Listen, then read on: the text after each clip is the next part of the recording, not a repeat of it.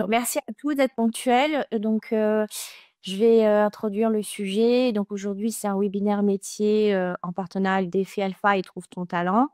On reçoit aujourd'hui, on a l'honneur d'avoir Grégory, qui est pilote de chasse, de l'armée de l'air, ancien, ancien de la patrouille de France, qui va se présenter. Moi, je suis Béatrice et je représente la société Trouve ton talent, et il y a Amina et Nicolas de Défi Alpha. Donc Grégory, est-ce que tu peux te présenter en quelques mots, s'il te plaît? Eh bien, bonjour à tous. Je suis ravi d'être avec vous ce soir. Euh, et du coup, ma présentation, c'était un petit peu la première partie. L'important, en tout cas, c'est que vraiment vous ayez, vous, toutes les réponses à vos questions. Donc, si vous avez des questions, j'imagine que Béatrice et Nicolas vont un petit peu faire les modérateurs. Donc, voilà, notez-les. N'hésitez pas à poser des questions.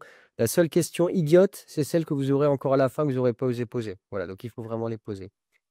Donc, moi, je suis un garçon qui a grandi à Paris, en région parisienne, dans les Hauts-de-Seine. J'ai fait un cursus scolaire tout à fait classique. Au lycée, mes parents m'ont demandé ce que je voulais faire. Et ben, avec toute la maturité d'un garçon de 16-17 ans, j'ai dit bah, pilote. Il m'a dit bah, parfait, tu iras faire une prépa. Donc, à l'issue de mon bac en 2001, je suis parti faire une première année de classe prépa où on m'a expliqué que je serais ingénieur, je serais ingénieur, je serais ingénieur. Et finalement, mon ingénieur, ça me parlait pas trop, c'était pas trop ce que je voulais faire. Du coup, à la fin de ma première année de prépa, à l'été 2002, j'ai passé le concours de l'ENAC. L'ENAC, c'est l'École nationale de l'aviation civile. C'est celle qui te permet, en- entre autres, d'être pilote de ligne, mais aussi d'être contrôleur aérien ou ingénieur de navigation aérienne. Il y a plein de métiers, mais en tout cas, moi, celui qui m'intéressait, c'était celui de pilote de ligne.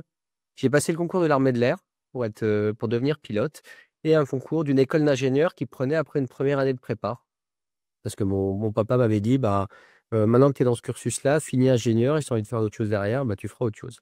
Donc, je voulais absolument sortir de la prépa, donc j'ai passé tous ces concours-là. J'ai raté l'ENAC et 15 jours après, j'ai passé l'armée de l'air. En septembre, ben, n'ayant pas de nouvelles, je suis rentré dans mon école à Nantes. Donc, j'ai fait la rentrée de septembre à Nantes et en décembre, donc 3 mois après, l'armée de l'air m'a rappelé, m'a dit, bah, vous êtes pris, vous commencez en mars. Donc j'ai quitté mon école et je suis rentré dans l'armée de l'air en mars 2003. Voilà, donc c'est comme ça que s'est passé mon entrée dans l'armée. Donc en mars 2003, j'avais 19 ans, hein, j'étais quand même très très jeune.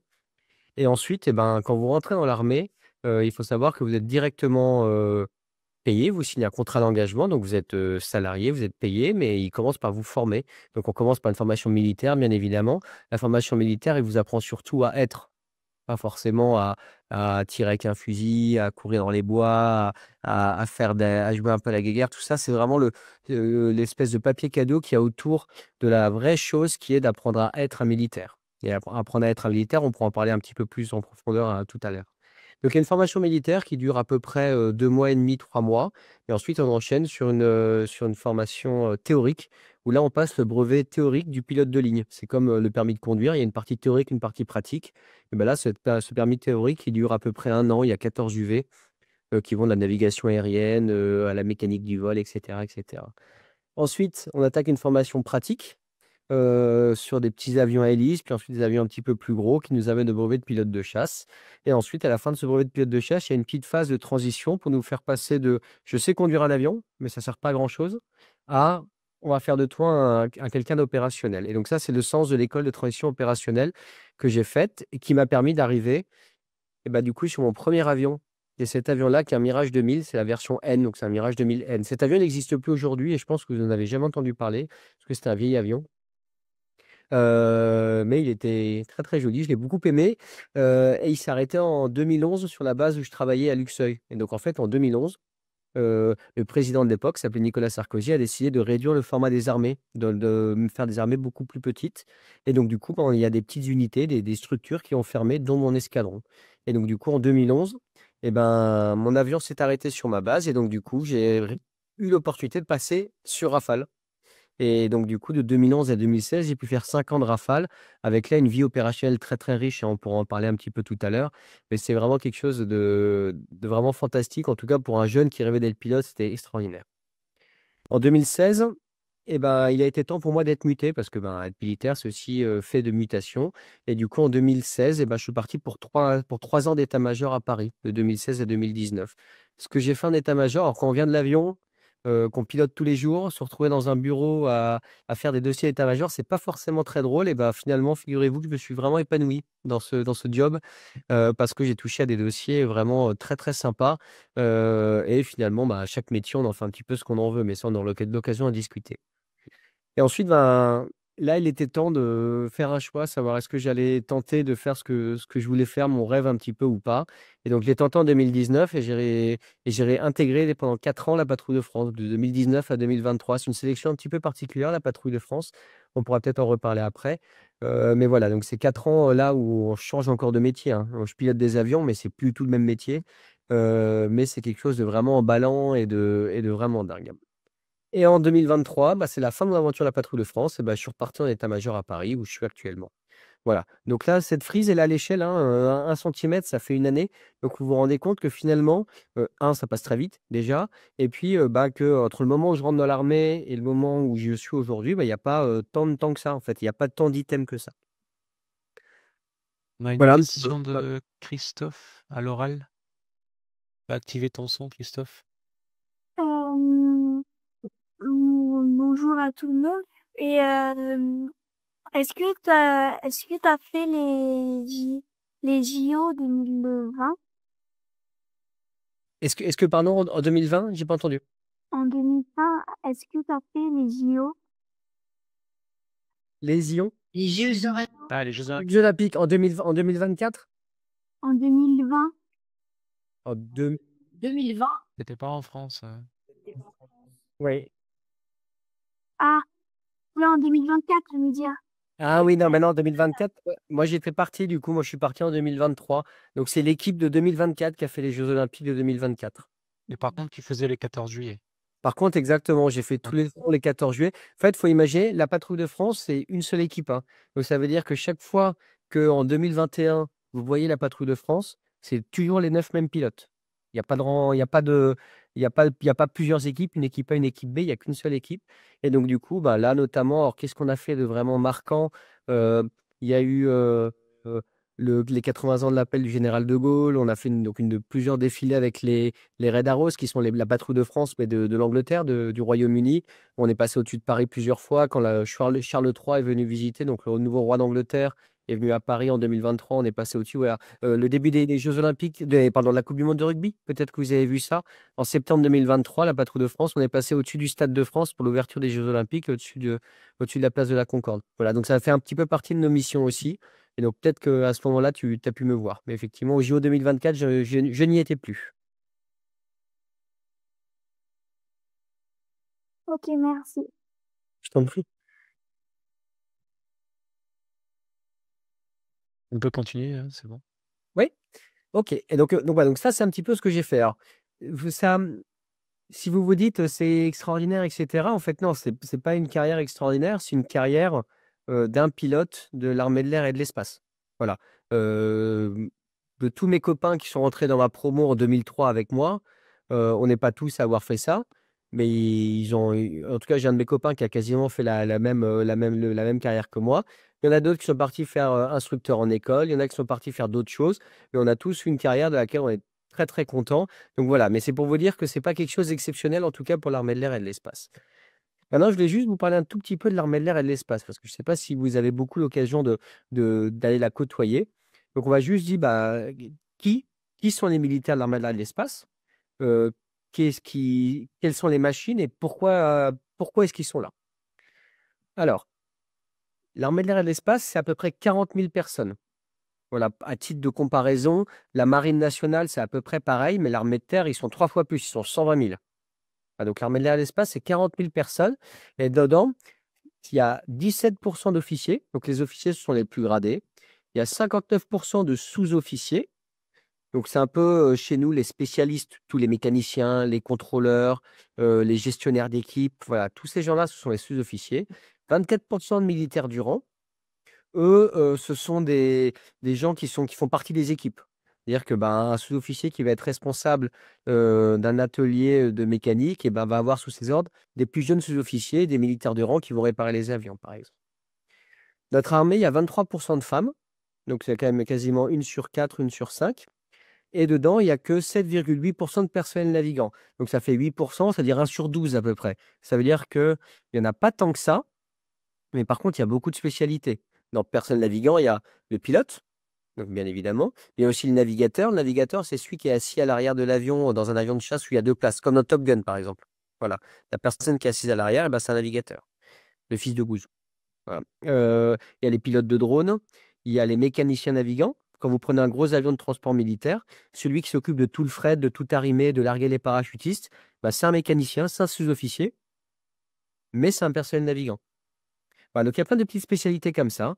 Et il faut savoir qu'il y a près de 40 000 recrutements par an. Ça veut dire que tous les ans, il y a quasiment 10%, un militaire de l'armée de l'air sur 10 qui part et un autre qui rentre. Donc c'est énorme, hein. En termes de turnover, c'est quand même très très gros, mais c'est pour vous dire qu'il y a, si vous voulez rentrer, il y a de la place dans vraiment beaucoup de métiers. Justement, il y a une question. Oui. Est-ce qu'il faut s'engager un certain nombre d'années pour rentrer dans l'armée de l'air? Merci pour la transition, c'est dans 2 slides. Ah, on garde la réponse après alors. Et on a Christophe aussi qui a levé la main. Ouais, vas-y. Bonsoir, est-ce que j'ai ma copie en anglais? Je suis le frère de Clémentine qui avait levé la main tout à l'heure. Est-ce que si on est atteint d'une maladie, on a le droit de s'inscrire dans l'armée de l'air quand même? Alors, tout dépend. Donc, il y a, dans les armées, il y a l'armée de l'air et de l'espace, il y a la marine nationale, il y a l'armée de terre, il y a la gendarmerie qui a un statut un petit peu à part, mais ils sont quand même militaires. Et autour, il y a plein de services. Par exemple, le service des essences, ça s'appelle le service des énergies opérationnelles. Il y a le service de santé des armées, ceux qui s'occupent des médecins, les pharmaciens, les infirmiers, les infirmières, etc. Tout ça, ils sont militaires, ils font partie d'un service à côté. Et ceux qui définissent les normes d'aptitude, c'est-à-dire ce qui permet de dire si quelqu'un qui porte des lunettes, qui entend mal, qui a mal au dos, qui est diabétique, qui a telle maladie, qui a telle malformation, qui a tel problème au cœur, est-ce qu'il est apte ou pas? Ce sont eux. Et eux, ils vont définir un cadre qui permet de dire on peut être militaire ou pas. Et ensuite, dans ce cadre-là, ils peuvent définir un cadre plus petit. Par exemple, on peut être pilote ou pas. Donc, en fonction de la maladie ou du souci que quelqu'un peut avoir, ce qui est sûr, c'est qu'il faut qu'il aille faire une visite médicale. Et c'est là où le médecin va statuer sur le fait est-ce que tu peux rentrer dans l'armée de l'air ou pas? Et si oui, est-ce que ça te limite dans certains choix de métier ou pas? Ok. Parce que moi, par exemple, je suis atteint d'épilepsie et j'ai des lunettes. Donc, je voulais savoir comment on pouvait rentrer même si dans l'armée de l'air, même si on pouvait peut-être pas piloter l'avion. Alors, bien évidemment, comme on a dit, hein, tu as vu, il n'y a que 8%, il n'y en a que un militaire sur 12 sur 13 qui est dans un avion. Donc ça veut dire qu'il y en a 12 sur 13 qui n'y sont pas. Et ça, malheureusement, ce sera le médecin, enfin malheureusement dans le sens où je ne peux pas te répondre, mais ce sera le médecin qui saura dire si oui ou non, avec tes symptômes d'épilepsie et ta vue, est-ce que tu rentres quand même dans le gabarit d'entrée ou pas. Et ça, ces normes, elles évoluent.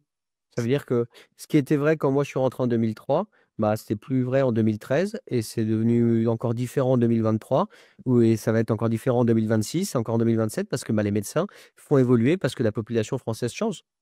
On atteint de différentes maladies, des choses qui s'arrangent, des choses qui deviennent un petit peu plus graves et donc du coup, c'est eux qui font les boîtes et les critères d'aptitude. Voilà.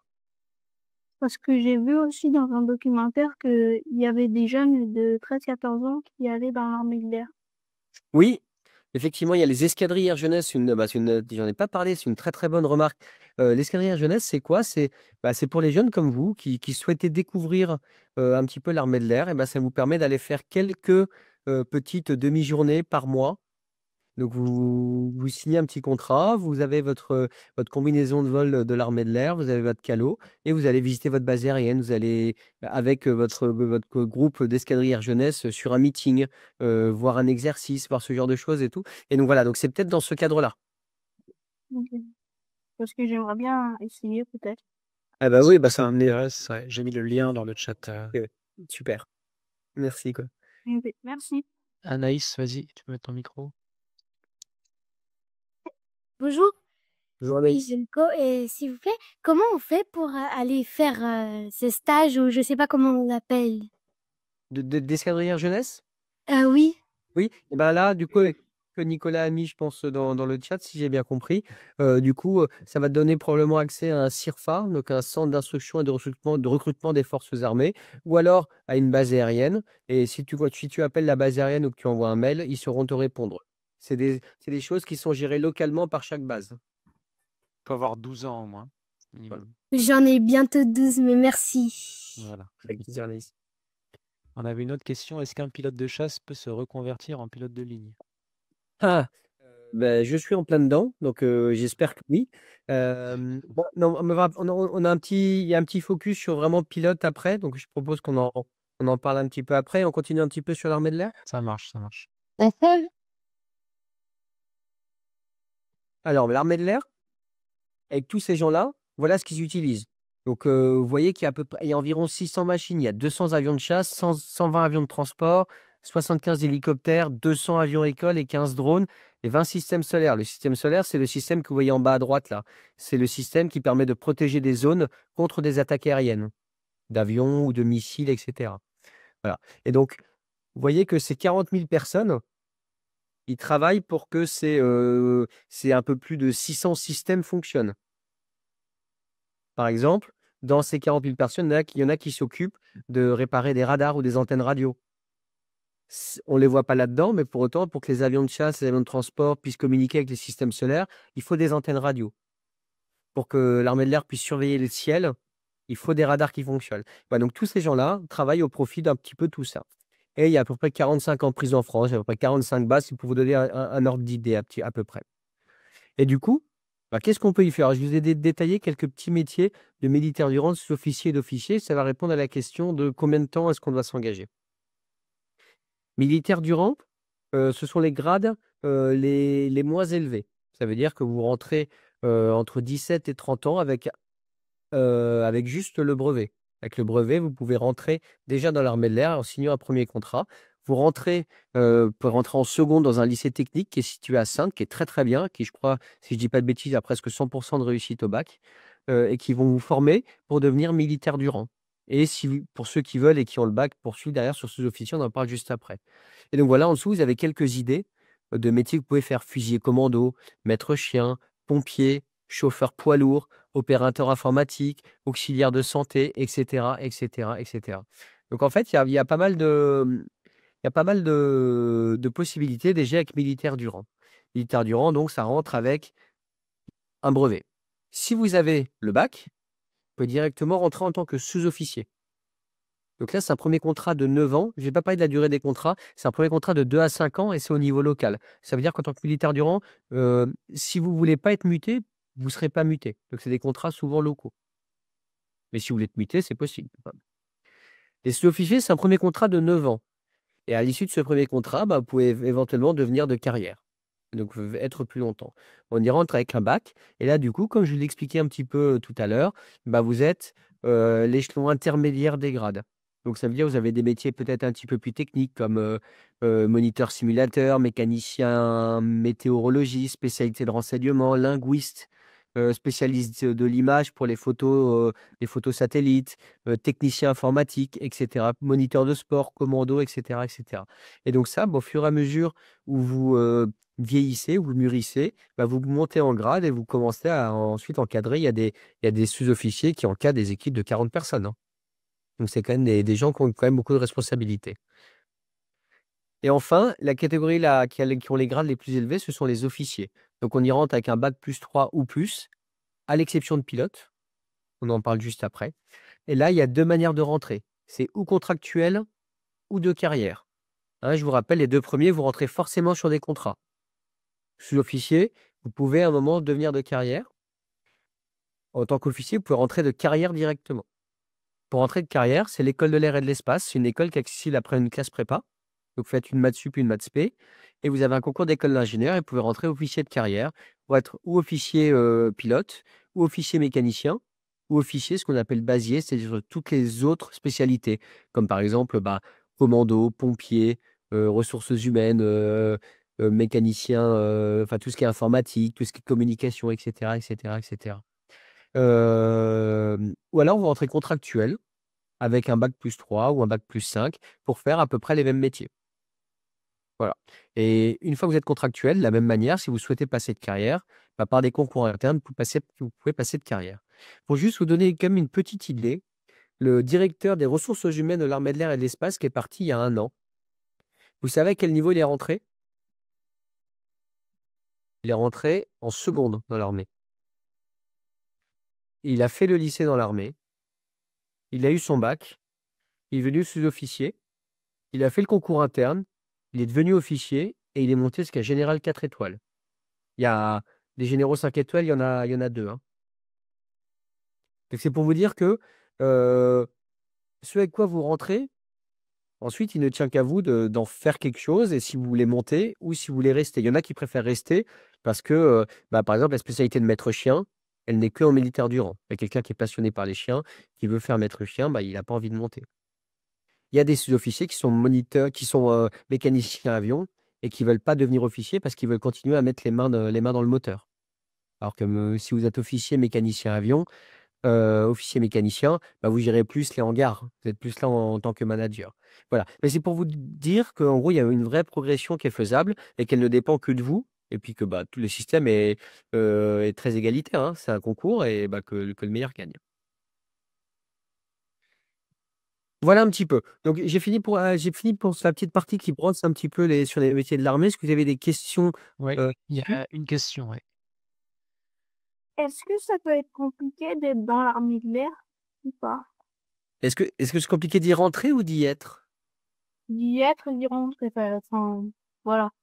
Alors, d'y rentrer, tu as vu que de la 3e au bac à bac plus 5, tu peux y rentrer. Donc si tu veux y rentrer, tu as tout à fait moyen d'y rentrer. Il y a pas trop de difficultés. La vraie question que tu dois te poser, c'est: «Qu'est-ce que j'ai envie d'y faire?» Rentrer dans l'armée pour rentrer dans l'armée, bon, tu vas arriver au boulot le matin, si ce que tu fais, te plaît pas, ça a pas beaucoup d'intérêt.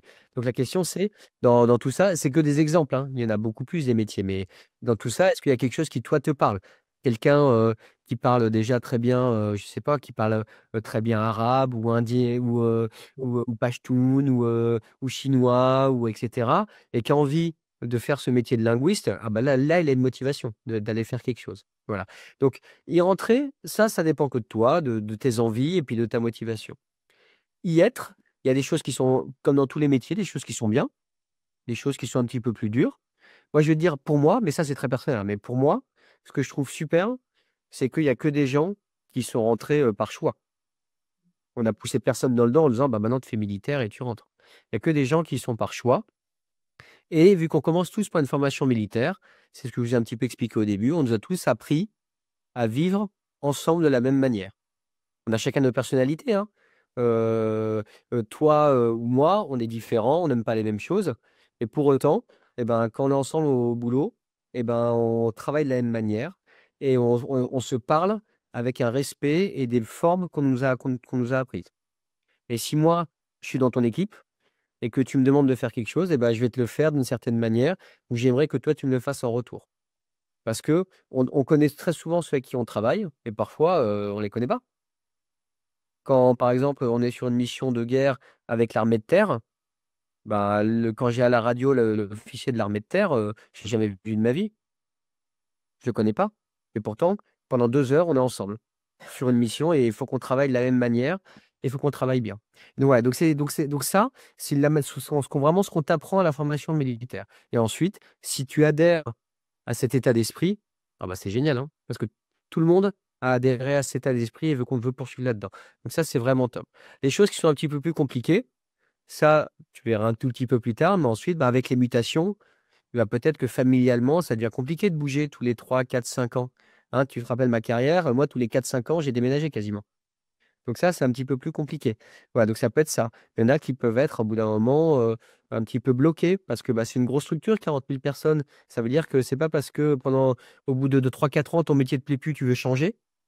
Bah, ça, c'est un petit peu compliqué dans l'armée parce que, bah, 40 000 personnes, c'est un gros bateau à faire avancer.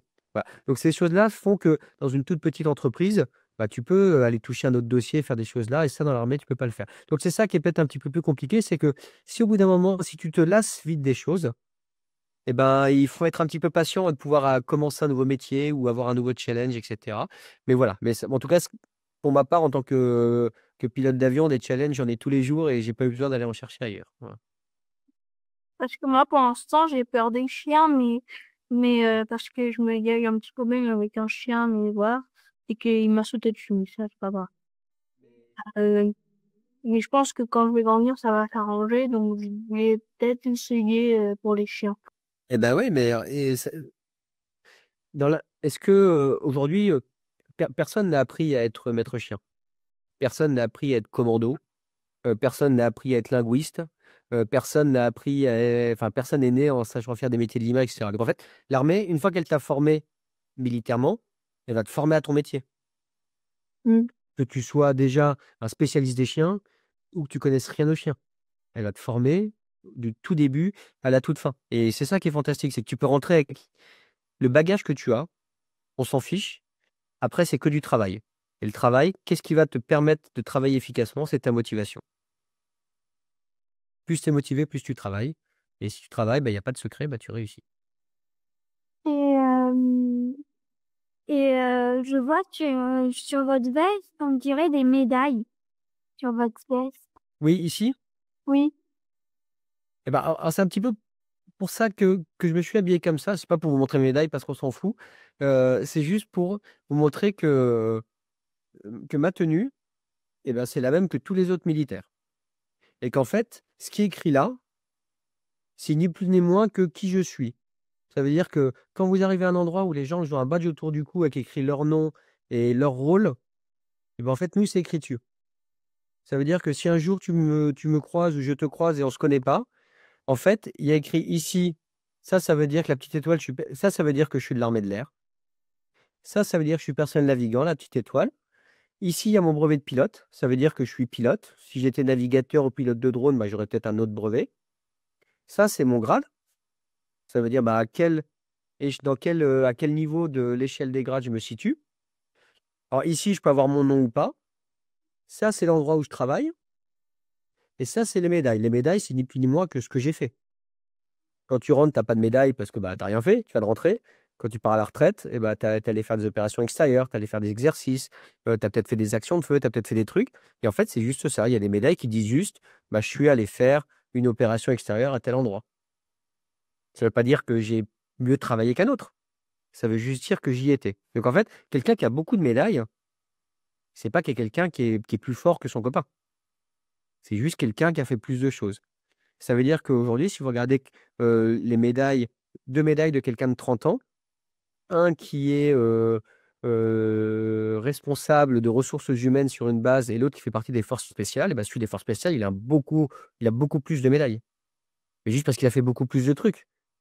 Mais il peut les faire parce que celui qui travaille dans les ressources humaines fait son travail. Voilà. Donc c'est pour ça, il ne faut pas les voir comme un critère de réussite, ces médailles, et plus comme juste une liste de ce que j'ai fait dans ma carrière. Voilà. Ok, on a une question. On va essayer de faire participer tout le monde. Anaïs, tu avais une question? Oui, j'ai une question. C'est en fait, moi, je suis toujours passionnée par la chimie et donc je voulais savoir s'il y avait des métiers de chimiste aérienne, je sais pas comment ça s'appelle. Alors là, tu me poses une sacrée colle. Je sais pas, j'imagine que dans tout ce qui est service opérationnel, des essences, des Pétrole, ouais. huiles, etc., là, je pense qu'il y a pas mal de boulot. Alors, ça ne fait pas partie de l'armée de l'air et de l'espace, mais pour autant, on travaille tous ensemble. Hein. On travaille tous là-dedans. Il y a une partie de l'armée dont on n'a pas trop parlé. Ce sont un petit peu des militaires. Pour beaucoup des civils, c'est la direction générale pour l'armement. Eux, leur rôle, c'est quoi? C'est que quand la France dit on veut acheter 10 avions Rafale, ceux qui qui signent le bon de commande, c'est la DGA, c'est la Direction Générale pour l'Armement. Donc eux, ce sont des ingénieurs et des commerciaux qui travaillent pour le ministère des Armées et qui travaillent du coup entre les industriels et les forces, donc nous. Et voilà. Et donc eux, là, je pense que dedans, il y a les chimistes parce que ça doit parler forcément de ce genre de choses. Mais voilà. Mais sinon, là, dans toutes les petites cases de mes tableaux, quelqu'un qui fait de la chimie, je sais pas trop. Peut-être météorologie, c'est peut-être ce qui se rapprochait le plus. Mais dans tous les cas, La chimie, ça va te passionner et si tu trouves ta voie là-dedans, c'est super, mais sinon ça va surtout te donner une manière de raisonner, un état d'esprit scientifique qui va pouvoir te resservir dans n'importe quoi après. Est-ce qu'on a le droit de passer aussi nos stages de troisième là-bas ou pas? Oui, c'est possible. Il faut se renseigner, il faut aller directement contacter les bases aériennes, mais ils ont quelques places de stage, mais bien sûr, ils prennent des stagiaires, oui. Oui, il y avait la question pour le second aussi, ouais. Donc il faut contacter les bases, c'est ça? Tu dis? Exactement, il faut contacter les bases aériennes. Généralement, sur Google, vous trouvez le numéro du standard. Et là-dessus, très généralement, il y a ou une cellule communication, voilà, ce genre de choses, etc. Ou sinon, vous tombez sur le standard, vous demandez et ils vous passeront la bonne personne. Ok. Ibrahim, tu avais une question? Activez ton micro.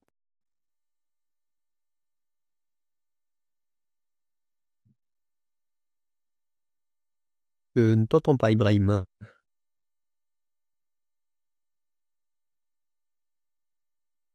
Christophe, sinon? C'était en fait, c'était pour, je crois que c'était pour guider de chien. Pour, si il y a un chien qui est malade, il faut bien le soigner. Exactement. Et ben, j'ai parlé tout à l'heure quand on m'a demandé si on avait un petit souci médical, si on pouvait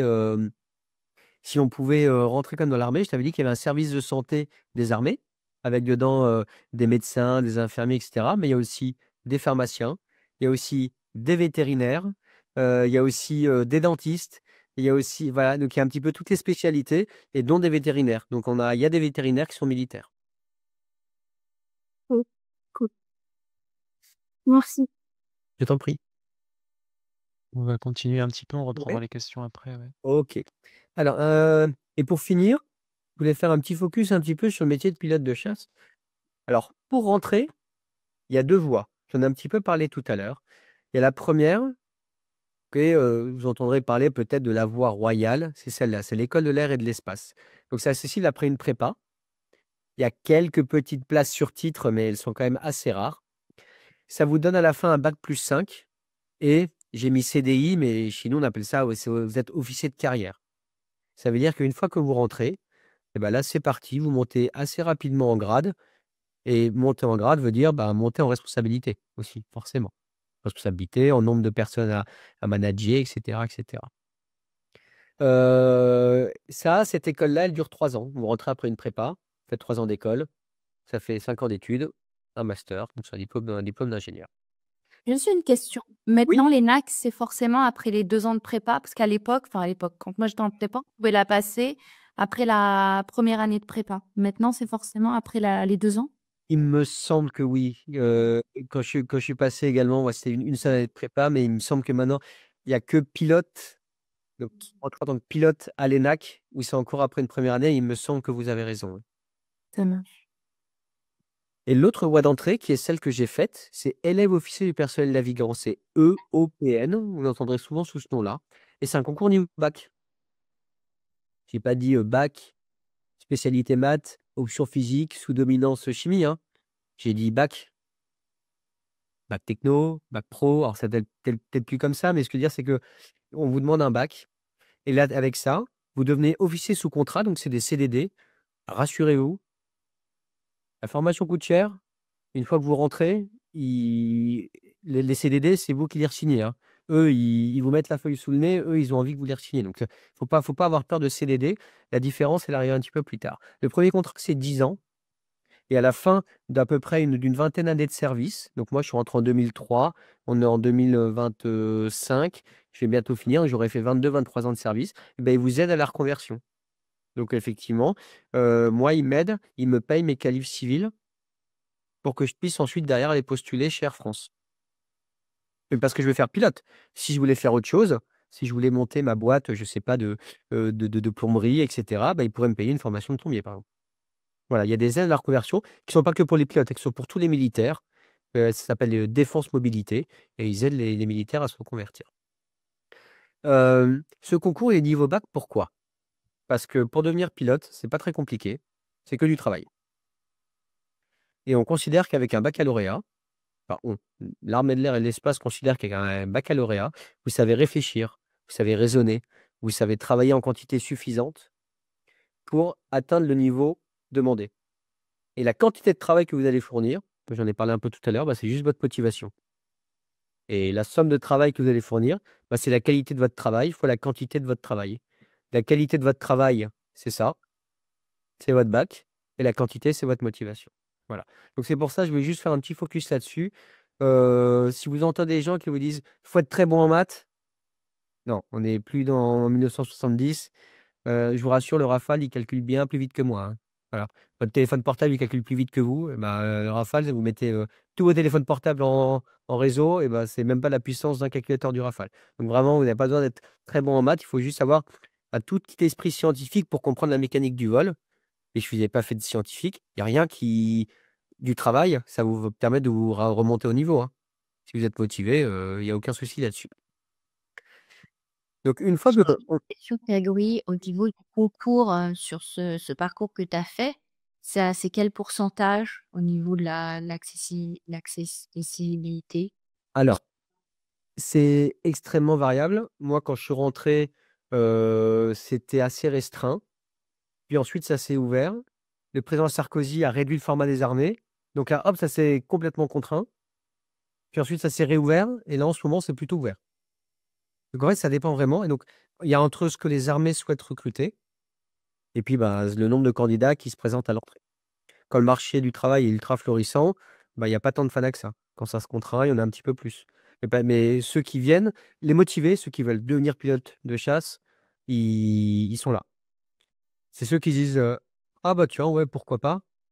C'est eux qui vont venir faire grossir le rang du nombre de candidats. Et pour autant, est-ce que ce sont les plus motivés? Voilà. Et donc, ce concours, il est basé sur quoi? Il est basé sur des choses sur lesquelles vous n'avez pas du tout la main.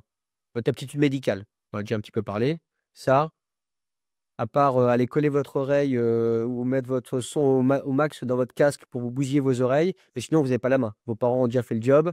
Votre aptitude médicale, elle est déjà faite, elle est déjà en vous. Donc, à part faire attention à vous, vous ne pouvez pas faire grand-chose. La deuxième, c'est vos capacités psychotechniques et psychomotrices. C'est en gros votre coordination, votre division d'attention, votre capacité à faire plusieurs choses à la fois. Ça, moi, je suis persuadé qu'il y a une grosse partie d'inné, c'est-à-dire c'est déjà en vous. Ça, on peut le travailler un petit peu, on peut s'améliorer, mais c'est déjà en vous. Et ça, c'est des tests qui généralement éliminent. C'est les plus gros taux d'élimination sont là-dessus. C'est pas un critère de niveau, pas parce qu'on est mal coordonné, qu'on est idiot. Moi, mon meilleur ami, il a fait l'école polytechnique. Il a eu mention très bien au bac. Il a fait Henri IV, il a fait polytechnique. Je l'ai amené dans un avion. Il est nul, hein. Et nul. Il est incapable de tirer une altitude et un cap en même temps. Et personne doute de son intelligence, hein. Voilà, donc c'est juste, voilà, il faut vraiment remettre ça à son niveau. C'est juste, Zidane ou Mbappé ou Griezmann, il voit très bien le jeu. Bah, c'est un don qu'il a. Super. Bah, on peut être footballeur sans avoir son don.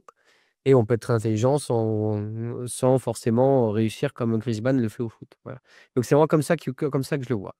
Donc il faut une aptitude médicale, des capacités psychotechniques et psychomotrices, et le reste, il y a des tests de sport, des tests d'anglais, des tests de connaissances militaires, de connaissances un petit peu aéronautiques, etc. Bref, que des trucs que je rentre dans la case motivation.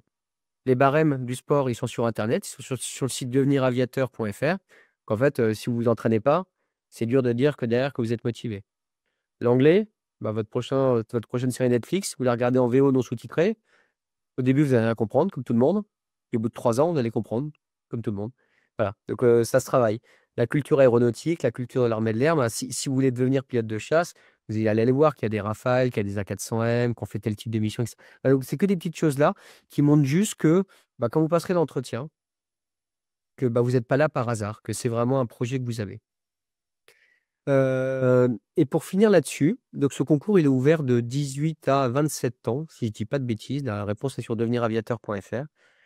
Moi, j'ai passé le concours à 18 ans, donc à l'été 2002, et je suis rentré en mars 2003 à 19 ans.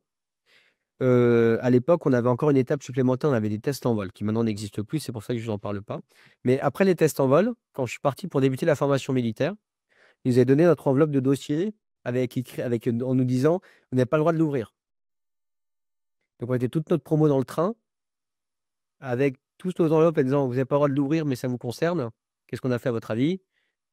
On l'a tous ouvert. Voilà. Et moi, dans mon dossier, il y avait écrit pris au bénéfice du doute malgré son jeune âge.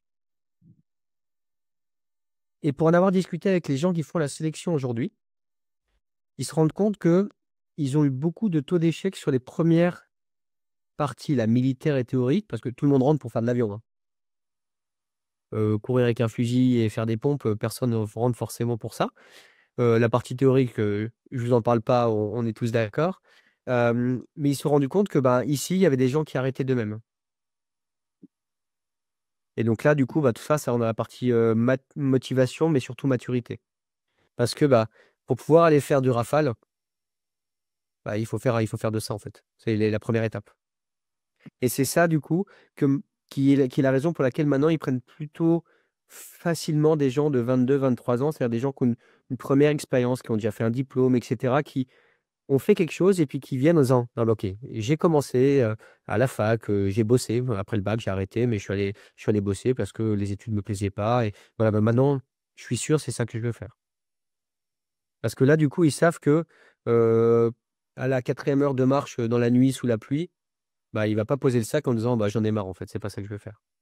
Parce qu'il sait que à la fin de la marche, il va faire la théorie, puis à la fin de la théorie, il va faire la pratique. Voilà. Donc c'est ça qui est vraiment qu'il faut garder à l'esprit, c'est que si vous rentrez pas dans cette voie-là à 18 ans, j'allais même pas dire c'est pas grave, j'allais presque dire c'est tant mieux.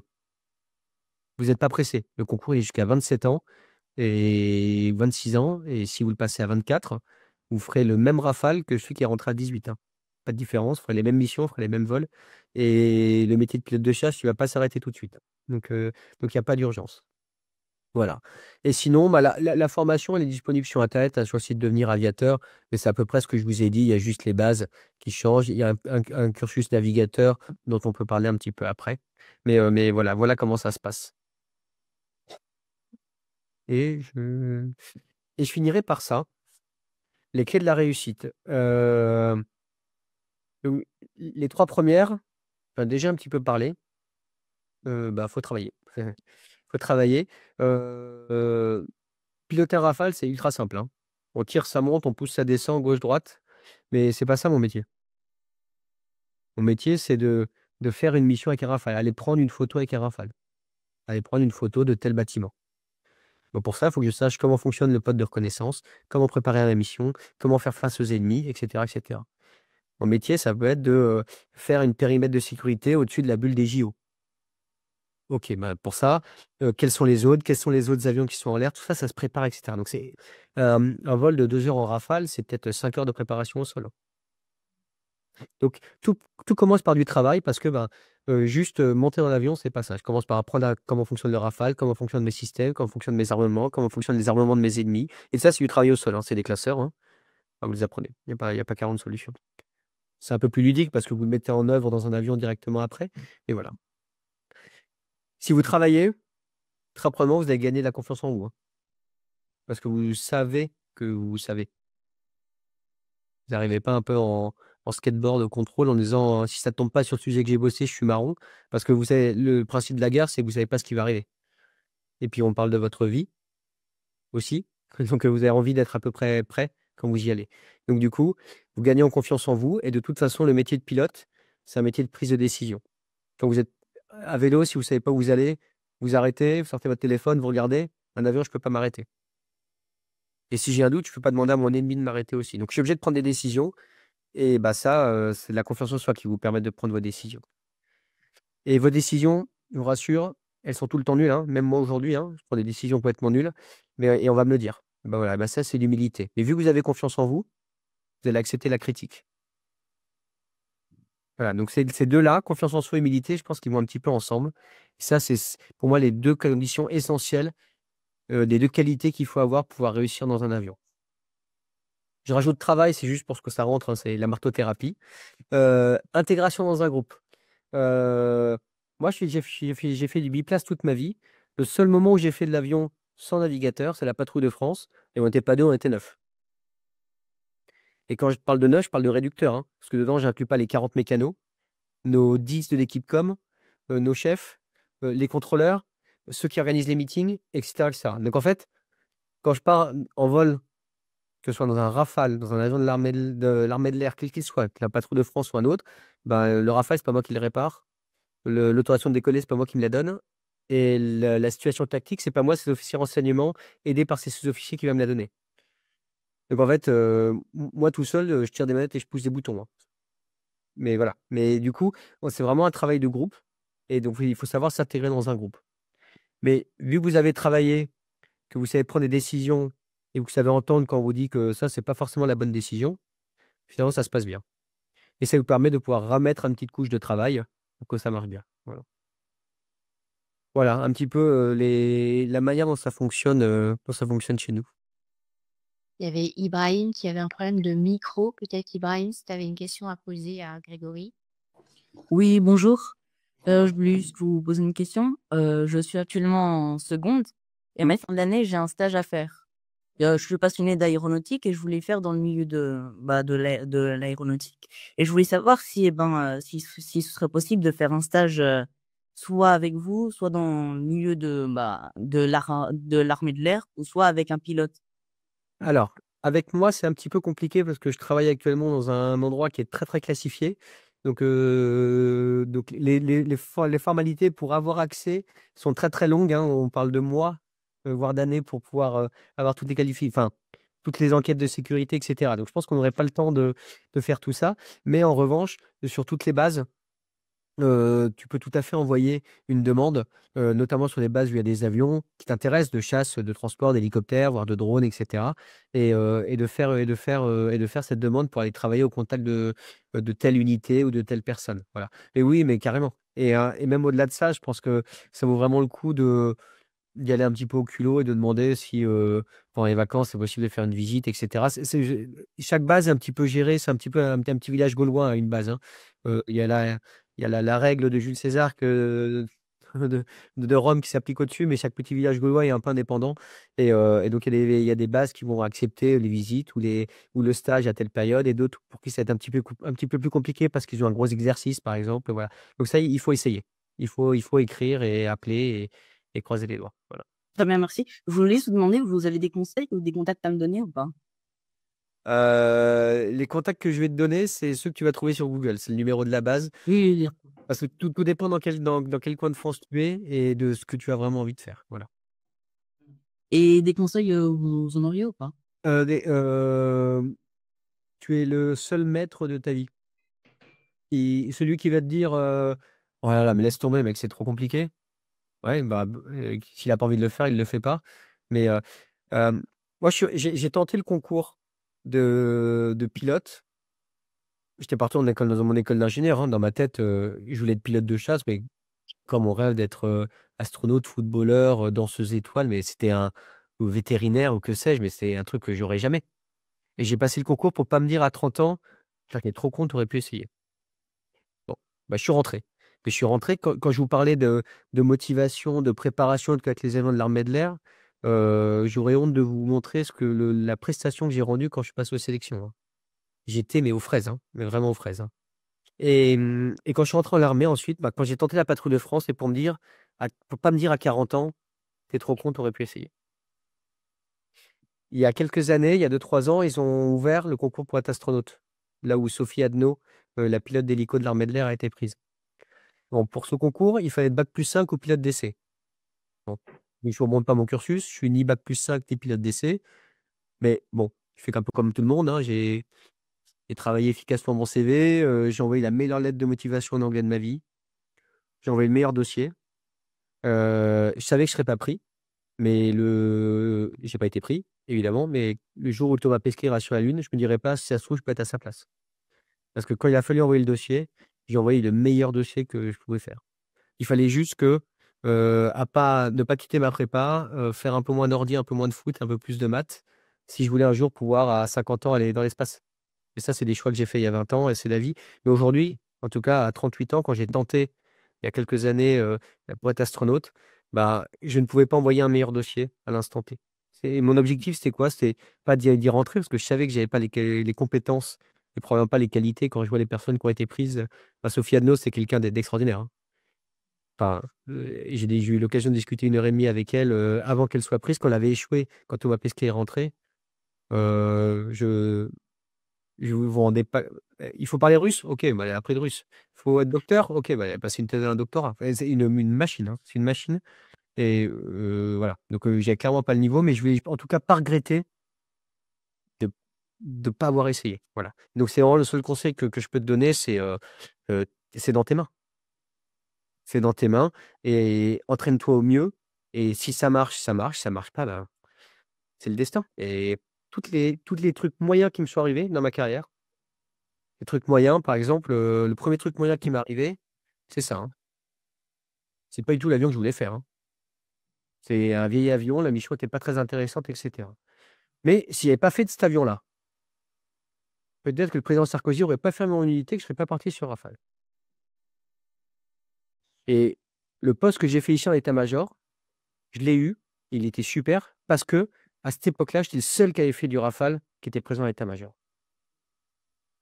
Et mon chef, avec qui je suis très bien entendu, eh ben, c'était l'ancien chef du leader de l'époque de la patrouille de France. Et c'est comme ça que je suis rentré. Donc ça veut dire que mon avion, où je n'étais pas content en 2007, ben, moi je suis persuadé que c'est grâce à ça que je suis rentré à la patrouille de France 12 ans après. Donc c'est pas parce qu'il se passe un truc pas bien, ah j'ai pas de chance, c'est toujours à moi que ça arrive, etc. Bah boss, j'ai passé mes qualifs très vite.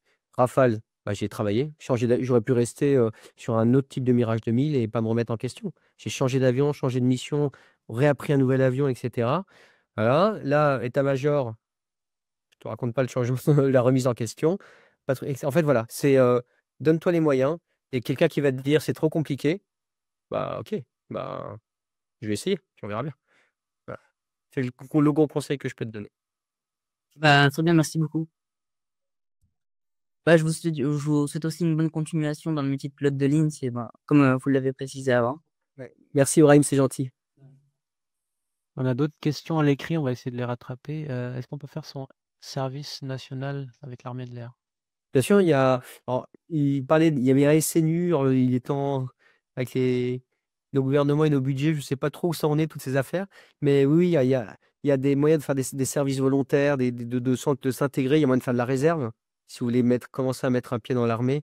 Et ça vous permet de voir un petit peu comment ça tourne, si l'ambiance vous plaît. Et quand je parle d'ambiance, c'est un boulot, hein. Les gens partent le matin de chez eux, ils vont sur la base, ils vont travailler. Le soir, ils rentrent, ils vont faire leurs courses, ils vont faire leur sport dans leur équipe de volley, ils rentrent chez eux, ils se font à manger, ils se couchent. Enfin, c'est un boulot, hein. Mais c'est juste que je trouve que l'ambiance de travail y est, que j'y trouve, par rapport à ce que me racontent mes copains de lycée qui, eux, travaillent dans les boîtes civiles. Moi, je me dis que j'ai vraiment de la chance d'y travailler. Et ça, cette réserve, elle permet de venir faire des quelques petites journées par mois avec un uniforme, vous êtes réserviste, vous travaillez pour l'armée et de voir un petit peu comment c'est et puis peut-être vous dire: «OK, bah, finalement, c'est dans cette structure que je veux travailler». Voilà. Donc ça peut être une idée. Ensuite, on a une autre question. Quelles sont les difficultés pour piloter un avion? La difficulté principale, c'est celle-là, la confiance en soi. En fait, tout part du début. Vous avez déjà vu si vous avez déjà regardé des petits reportages sur la formation des militaires, vous vous rendez compte, bah, ils ont rendez-vous, je sais pas moi, à 8h au rapport et il y en a un qui arrive à 8h01 et tout le monde fait des pompes. On peut se dire: «Bah, c'est dégueulasse, il y a que lui qui arrive en retard, pourquoi on fait tous des pompes?» En fait, c'est juste parce que, bah, oui, il arrive en retard et pourquoi personne n'allait le chercher? Ça veut dire que demain, à la guerre, celui qui est 10 mètres derrière, vous le laissez 10 mètres derrière? Et c'est ça qu'on vous apprend. On vous apprend en fait que, bah, aide même la personne que tu peux pas blairer, parce qu'en fait, demain, c'est peut-être elle qui va t'aider.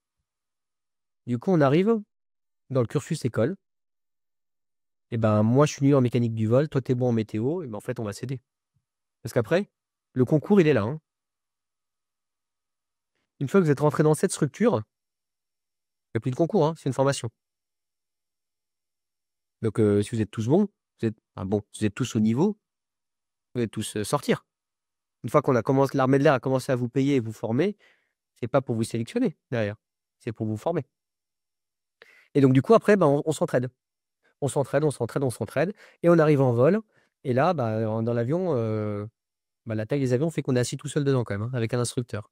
Et bah là, on a plus trop de monde pour nous aider. La seule chose qui peut nous sauver, c'est notre travail et de prendre des décisions. Et comme je le disais tout à l'heure, quand tu commences quelque chose, à peu près 100% de tes décisions sont mauvaises. Il n'y en a pas une qui est bonne, mais c'est normal. Tu prends quelqu'un, si je te fais découvrir, j'en sais rien moi, la contrebasse, le son que tu vas sortir, ça va être horrible. C'est normal, c'est la première fois que tu en fais. Au bout d'un an, ça sera un petit peu mieux. Voilà.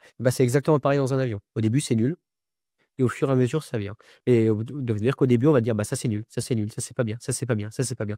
Et donc, du coup, c'est arrivé où ça fait 1 mois, 2 mois, 6 mois, 1 an, 2 ans, où on vous dit, on insiste beaucoup sur ce qui est pas bien, le lendemain, continuer à prendre des décisions. Parce qu'en fait, quand on dit c'est pas bien, on dit pas que toi, tu n'es pas bien. On dit que ce que tu as fait là, la décision que tu as prise là, celle-là, c'était pas c'était pas la mieux, quoi. C'était pas la plus croustillante du paquet, quoi. Voilà. Il y a peut-être mieux à faire. Voilà. Mais demain, peut-être que c'est cette décision qu'il fallait prendre. On verra bien.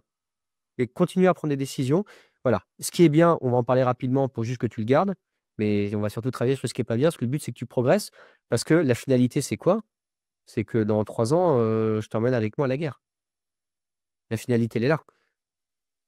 C'est que je te forme du mieux possible, parce que demain, c'est peut-être toi qui me sauve la vie à la guerre. Et donc, du coup, grosse difficulté, elle est là, c'est arriver à garder le boost et à garder cette confiance en soi, de se dire, c'est dur, j'en chie, mais c'est normal. Voilà. Et je trouve, voilà, moi, c'est ça que j'ai trouvé le plus dur. Moi, j'ai une question. Du coup, parce que la finalité, c'est aussi la guerre, est-ce que vous, personnellement, il y a déjà eu après des regrets ou des choses qui... Voilà. Alors, c'est une très bonne question. Alors, comment expliquer ça? La guerre, en tout cas celle que les armées françaises mènent, très souvent au travers d'une coalition de l'OTAN, elle est régie par un nombre de règles énorme. Ces règles, elles permettent d'éviter quoi? Que ce soit le Far West, quoi. On est des pays qui représentent des démocraties, avec des armées qui sont professionnelles et qui poursuivent, qui mettent en œuvre une volonté politique de nos gouvernements qui sont démocratiquement élus. Donc on n'est pas là pour flinguer à tout va. Et donc il y a des règles d'engagement qui nous permettent de faire l'usage de la force. Mais faire peur à quelqu'un, passer bas et vite avec un rafale, c'est un acte offensif, hein. Et donc c'est régi par des règles. Pointer quelqu'un avec un fusil pour quelqu'un de l'armée de terre, ça fait partie d'une règle d'engagement. Il ne peut pas le faire n'importe comment. Il faut qu'il y ait des cadres. Ça veut dire qu'il ne peut pas dire, toi, j'aime pas ta tête, je pointe mon fusil. Il faut que la personne en face, elle ait fait preuve, ou par son comportement, ou par sa nature. Si le mec a un uniforme ennemi et qu'il pointe son fusil, on peut considérer qu'il fait peut-être preuve d'un acte ou d'une intention hostile à minima. Voilà. Donc tout est cadré là-dedans. Donc ça veut dire que moi, en opération, s'il arrive le moment où on arrive à l'extrémité où on doit faire feu, parce que on ne décolle pas en disant j'espère qu'on va tirer des bombes, hein, c'est tout l'inverse. Parce que si on tire des bombes, ça veut dire qu'on a nos forces amies au sol qui sont prises sous le feu et qu'on doit les aider à s'en sortir. Et donc du coup, quand ils nous demandent une bombe en disant là on ne s'en sort plus, on en est telle légitime défense pour qu'on puisse s'en sortir, et nous, notre travail dans l'avion, c'est de vérifier qu'il n'y a pas de dommages collatéraux, qu'on est dans les bons critères, qu'on a l'armement adapté. Par exemple, je n'ai pas tiré avec une arme nucléaire sur un petit village en Syrie, parce qu'il y a trop de dommages collatéraux, c'est pas possible. Si c'est un tank, je ne vais pas tirer avec mon canon. En gros, est-ce que j'ai l'armement adapté? En gros, est-ce que j'ai tout qui est conforme aux règles de la guerre, aux règles de la coalition, aux règles de la France, qui peut mettre des règles plus restrictives. Très souvent, les Français ont des règles plus restrictives que les Américains sur un même théâtre d'opération. Voilà, tout ça, et les règles top là maintenant, parce que peut-être que sur une opération, il y a des règles encore spécifiques. Et si tout s'aligne, alors oui, je peux faire usage de la force. Et donc, du coup, pour répondre à votre question, à chaque fois que j'ai eu à faire face à ce genre de choses, j'étais dans ces critères-là. Et, merci mon Dieu, mes bombes sont allées là où elles devaient aller. En fait, le sujet, il est là, hein. C'est la bombe ne va pas là où elle va. Parce que là, on sait à peu près sur qui on tire. Mais si la bombe ne va pas là où elle va, on ne sait pas sur qui on tire. Et il est là le vrai sujet. Voilà, belligérant, ennemi. Et ben malheureusement, si on est là à devoir faire une action offensive contre lui, c'est qu'il a mis en danger des forces françaises ou alliées ou civiles. Et donc du coup, ouais. Voilà. Et donc du coup, j'ai pas eu à me poser ce genre de questions. Mais en tout cas, si vous voulez rentrer en tant que militaire sur des métiers sur lesquels vous êtes susceptible de partir à la guerre. Vous êtes susceptible de partir à la guerre dans n'importe quel métier, hein. Il y a des gens qui sont logisticiens, qui étaient partis en Afghanistan, et puis sur un convoi, ils sont pris à partie par des talibans, avec un fusil, et il est à la guerre. Alors que le mec, il est logisticien, il est cariste, et il s'occupe de charger des palettes. Mais sauf que là, il est là au moment où il ne faut pas, quoi. Voilà. Donc, il faut se préparer en disant, comment, est-ce que j'y suis prêt? Je n'aurais pas la réponse, hein. Parce que, à part quand on y est, là, et c'est le seul moment où on se dit: «Bon, OK, là, j'y suis». Mais il y en a qui acceptent d'y revenir. Il y en a qui disent: «OK, terminé. Terminé pour moi». Et l'armée dit pas: «Non, mais mec, tu reprends ton fusil, tu y retournes, hein». Elle met pas un flingue sur la tempe des gens: «Ah tu y retournes». C'est tout le cœur de la formation, c'est d'arriver à former un groupe pour qu'on y aille ensemble et qu'on se tient les uns les autres là-dedans. Voilà. Mais ça peut arriver. Ça peut arriver, voilà. Mm. Mais du coup, je pense on pose il y a encore des questions ou on arrive à la fin? Il en reste 2-3, mais là, comme on a passé l'heure, on va. Ouais, c'est ça. Ouais. Désolé, je parlais un peu trop longtemps. Non, non, non. Du coup, Grégory, la dernière question, c'est, je vous y avais déjà plus ou moins répondu, mais si il y a un dernier petit message général que vous voudriez passer aux élèves. Hem, le